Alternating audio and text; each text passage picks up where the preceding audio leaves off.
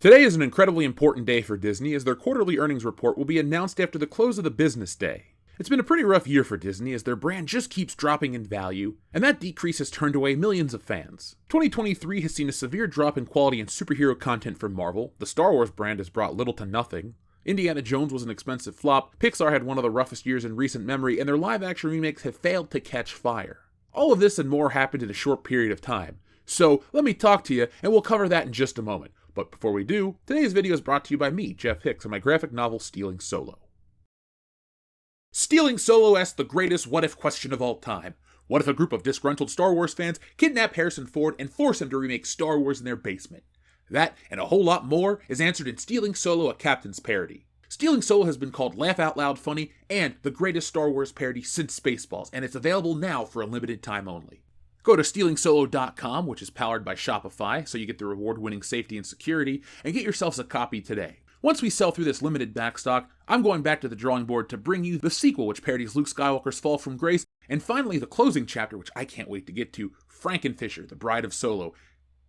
And yes, it's exactly what you think it is. So folks, the only way to get that is go to stealingsolo.com right now, get yourselves a copy, and enjoy the greatest Star Wars parody since Spaceballs. Thank you to those who have a copy, thank you to those who will get a copy, and for those who are wondering around the world, it'll be available internationally by August 9th. Remember folks, stealingsolo.com. And now, back to the video.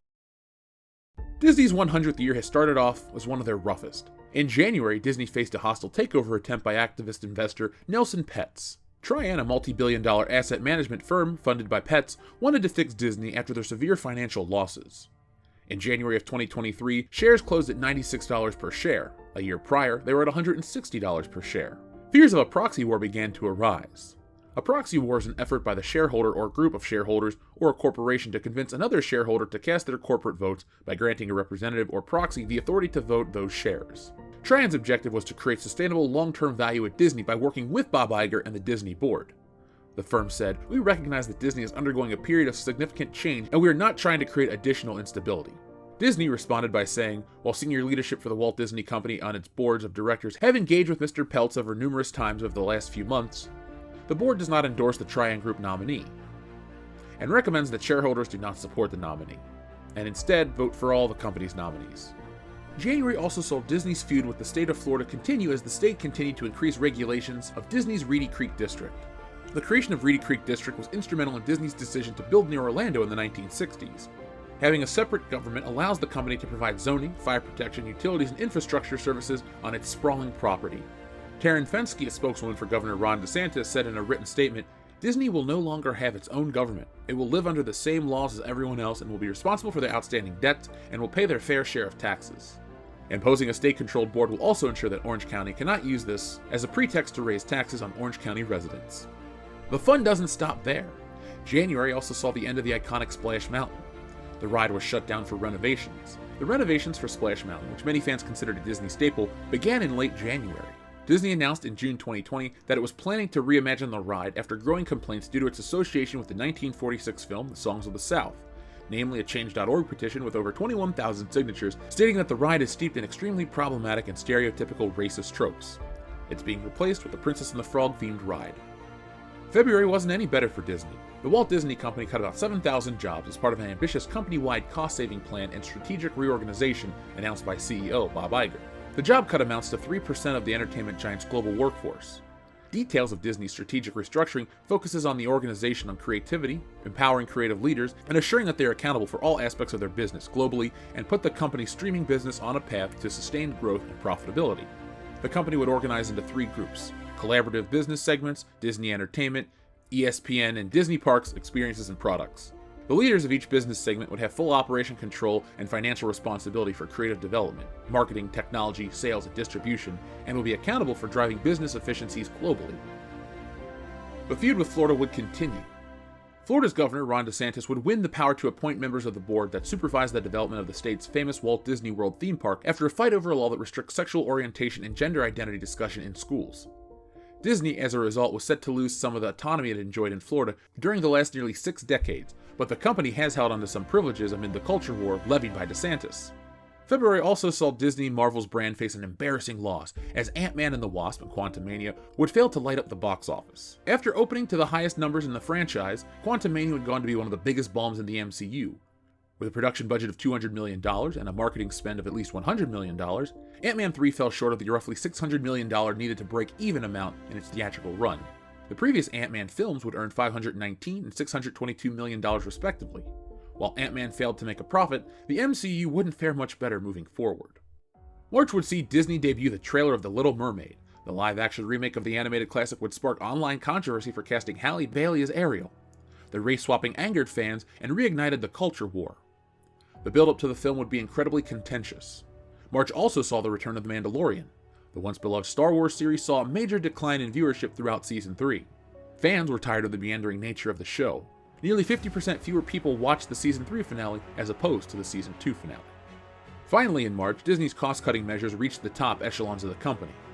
Ike Perlmutter, chairman of Marvel Entertainment, had been laid off as his division, which is separate of Marvel Studios, was absorbed into units of Disney. Along with Perlmutter, Marvel Entertainment co-president Rob Steffens, chief counsel John Tutson were also dismissed. Dan Buckley, president of the division, would stay. It was later revealed that Perlmutter was not laid off but fired.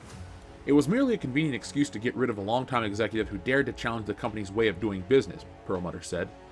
I have no doubt that my termination was based on the fundamental differences in business between my thinking and Disney leadership, because I care about return on investment. In April, Disney sued Florida Governor Ron DeSantis over the takeover of its theme park district, alleging the governor waged a targeted campaign of government retaliation after the company opposed a law critics call it Don't Say Gay bill. The lawsuit was filed in Tallahassee, minutes after a Disney World oversight board appointed by DeSantis voted to void a deal that gave the company authority over design and construction decisions in its sprawling properties near Orlando. The legal filing was also the latest salvo in more than a year-old feud between Disney and DeSantis. It was revealed that The Rock would be helping develop a live-action version of Moana, the animated hit from 2016. This would be yet another live-action remake of a Disney animated film.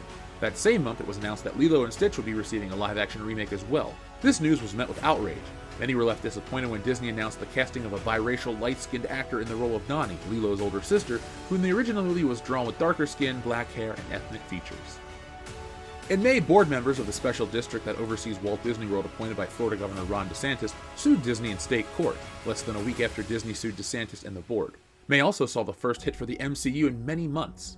Guardians of the Galaxy 3 was released to critical acclaim and box office success over $845 million. After Marvel's recent slump, Guardians of the Galaxy was a sign things were changing in the right direction. But not all would be clear for the MCU moving forward. Additionally, May saw the release of The Little Mermaid. The controversial reimagining of the animated classic struggled at the box office. After all the hype, the film struggled to break even. The blame was placed on review bombing, but in reality, the audience for that film, children, are not even aware of what was being said about the film online. In June, Disney revealed a shakeup of its movie release calendar, delaying several entries in the Avatar, Marvel, and Star Wars franchises. The move came as the writer's strike crippled the film and television industry, which is causing production shutdowns that affected the release timelines. Major films were pushed back by a year, and some doubt that certain films will be released at all. June also saw the release of Marvel's Secret Invasion. The show starring Samuel L. Jackson as Nick Fury initially excited fans, but the show would end on a historic low score of 7% on Rotten Tomatoes. The show is also notable for its astronomical budget, costing well over $200 million for 6 episodes of 30-minute entertainment. The series would call into question the direction of the MCU and undo the goodwill of Guardians of the Galaxy 3. Finally, June saw the release of Indiana Jones and the Dial of Destiny. The 5th installment of the storied franchise saw the return of Harrison Ford to the titular role, but fans weren't impressed. On a budget of $294 million, the film earned $368 million globally. It needed to earn upward of $600 million to just break even. The film is slated to become the biggest box office bomb since John Carter. In July, Bob Iger, the CEO for July, Disney's remake of The Haunted Mansion opened to a disappointing $24.4 million. The film did not fare better in subsequent weekends. 2023 has been a rough year for Disney, and things may not get much better. Join us tomorrow for an update on Disney's worst year ever. So folks, down in the comments below, let me know which Disney moment was the most notable for you. We'll make sure to read those and talk about those on this week's WCBS podcast at 8:30 p.m. on Thursday. But until then, folks, be smart, be safe, be cool, but always be excellent to each other.